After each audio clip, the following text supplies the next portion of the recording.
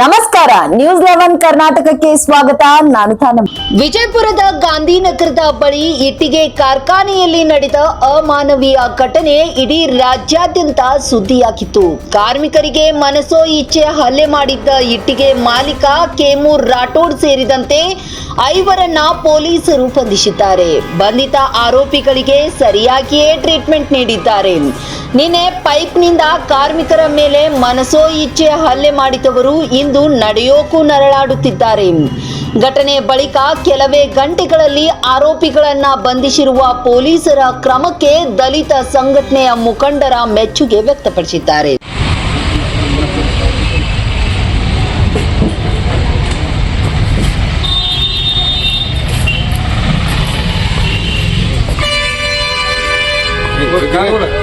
ಕೈ ತೆಗಿ ಅಲ್ಲೇ ಕಾಲು ಪೂರ ಊರ ಕಾಲು ಏನಾಗಿಲ್ಲ ಪೂರ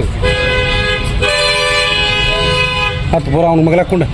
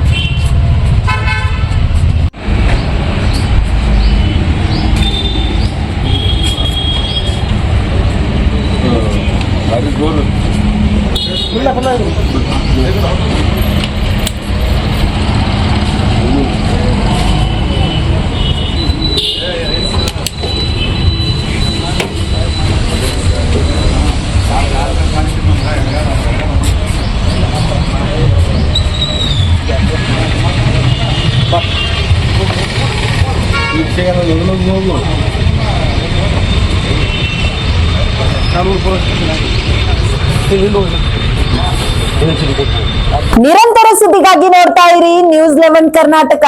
ಲೈಕ್ ಮಾಡಿ, ಶೇರ್ ಮಾಡಿ, ಸಬ್ಸ್ಕ್ರೈಬ್ ಮಾಡಿ.